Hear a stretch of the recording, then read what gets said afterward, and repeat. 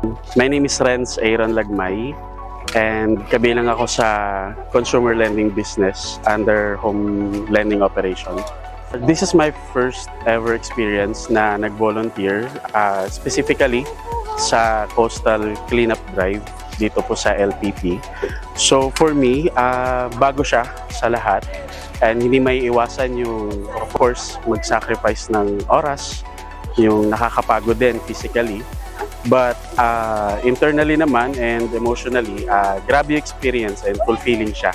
At maramdaman na yung ambag sa kalikasan is naroon.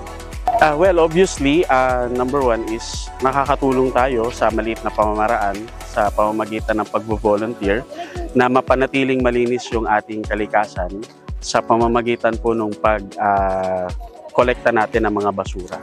Sana ay mahikayat din namin kayo sa ganitong mabuting gawain namin na magkaroon din kayo ng lakas ng loob at interes na tumulong din sa ganitong mga aktibidad.